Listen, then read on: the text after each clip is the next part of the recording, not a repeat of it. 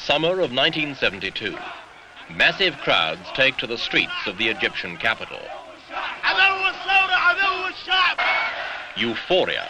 After 5 lean years, there are signs that Egypt is about to stand on its own feet.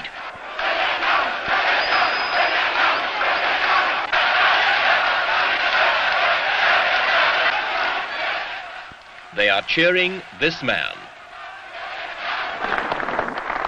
echoing the applause which greeted a major policy speech to the Arab Socialist Union in late July. It was then that President Anwar Sadat dropped his diplomatic bomb. He announced that the Russians had been asked to withdraw their advisors from Egyptian soil after nearly a decade of Soviet-Egyptian cooperation. Sadat's decision, just a year after signing a 15-year Egyptian-Soviet friendship treaty, was both dramatic and unexpected. This week, Echo examines the consequences for Egypt, a nation at the crossroads.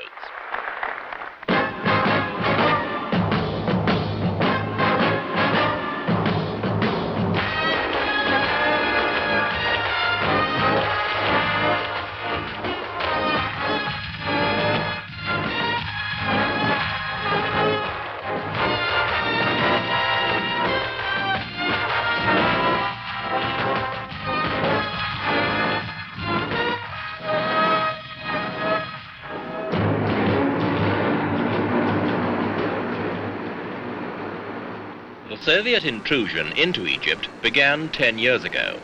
To the Egyptians, Soviet support meant military and economic aid. To the Russians, Egypt was an invaluable Mediterranean base. Contact between the leaders of both countries was frequent. Soviet Defense Minister Marshal Andrei Grechko was a particularly welcome visitor. When he flew to Cairo in May, there was no hint of what was to come.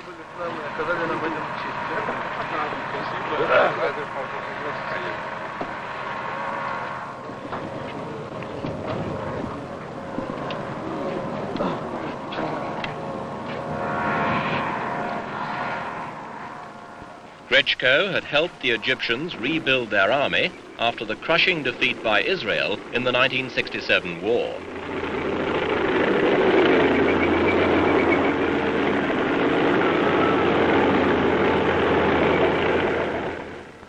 Egypt's air force, totally destroyed, was re-equipped with Russian jets.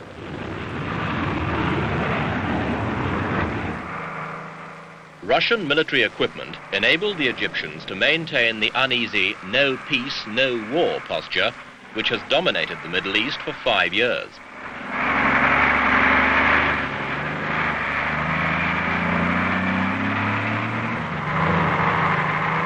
And Soviet missiles, operated by Egyptians but maintained by Russians, symbolized the cooperation between the two nations. Nevertheless, as the number of Soviets rose to over 20,000, Egyptians grew concerned.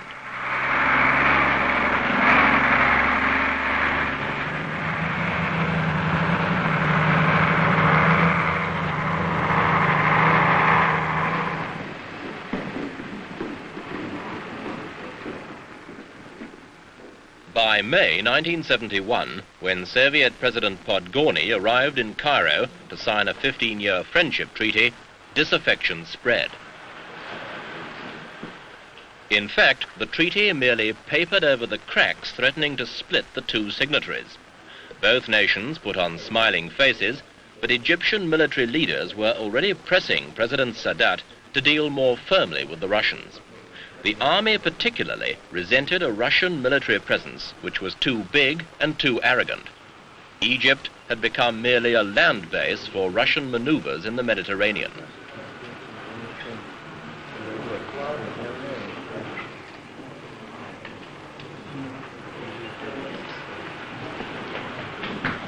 Furthermore, as long as the Soviet Union held Egypt firmly in its embrace, the Egyptians were committed to a Soviet Middle East policy they could neither influence nor change.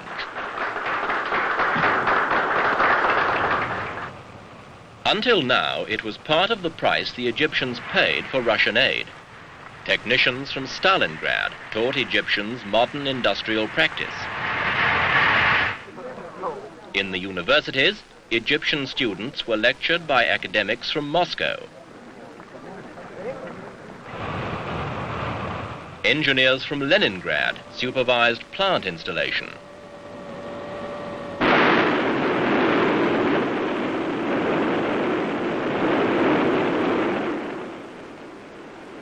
It all began here at the Aswan Dam. When Western finance withdrew from the $1,000 million scheme to tame the Nile, the Soviet Union stepped in. The project first bore fruit last year, when the 12 turbines of the Aswan hydroelectric plant began to operate at a capacity of 10,000 million kilowatts. And for the first time, light and power were brought to the vast outback of Egypt. 96% of Egypt is desert, but to make the desert blossom is a cherished dream. That was what President Nasser's concept of the Aswan Dam was all about. Today, the dream is becoming reality as the Aswan electricity and irrigation projects slowly reclaim the dead earth of the desert. 1.5 million acres of desert have been made to grow grain, rice, cotton and grapes.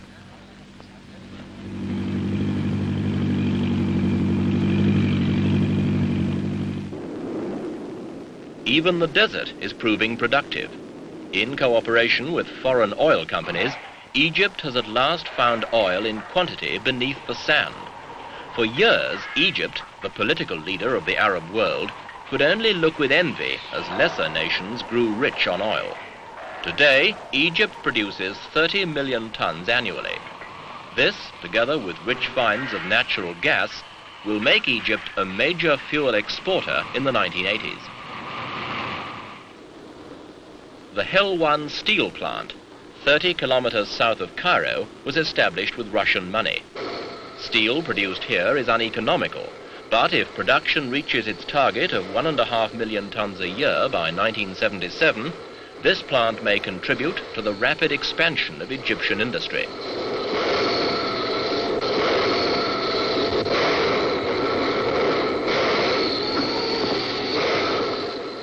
Egypt's economy has a desperate need for heavy industry. More than 10 years of Russian credit have created new industries, such as the shipyard in Alexandria. Egypt has made impressive progress, but the cost has been staggering.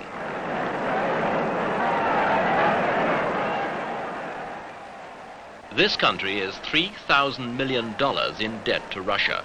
Its trade deficit last year was $400 million. Thus, as it paid for the Russian military presence, it was slipping deeper into financial chaos. Average income, at $160 a year, had risen little. These and other problems still dog Egypt as it faces an uncertain future.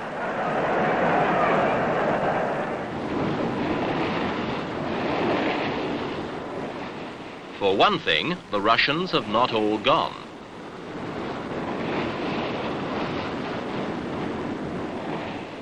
The Soviet fleet in the Mediterranean needs bases in Egypt and will not lightly yield them. Given the Russian determination to dominate this part of the world, Egypt is too important to abandon.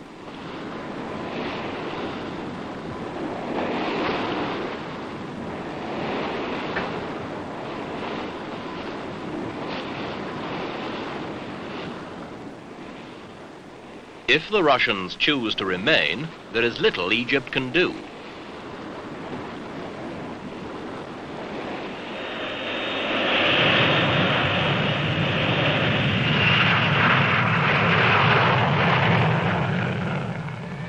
Russian bombers still operate from the Cairo West airfield. Red Army units remain firmly in charge of the missiles. It is estimated that 15,000 Russians are leaving, but thousands remain.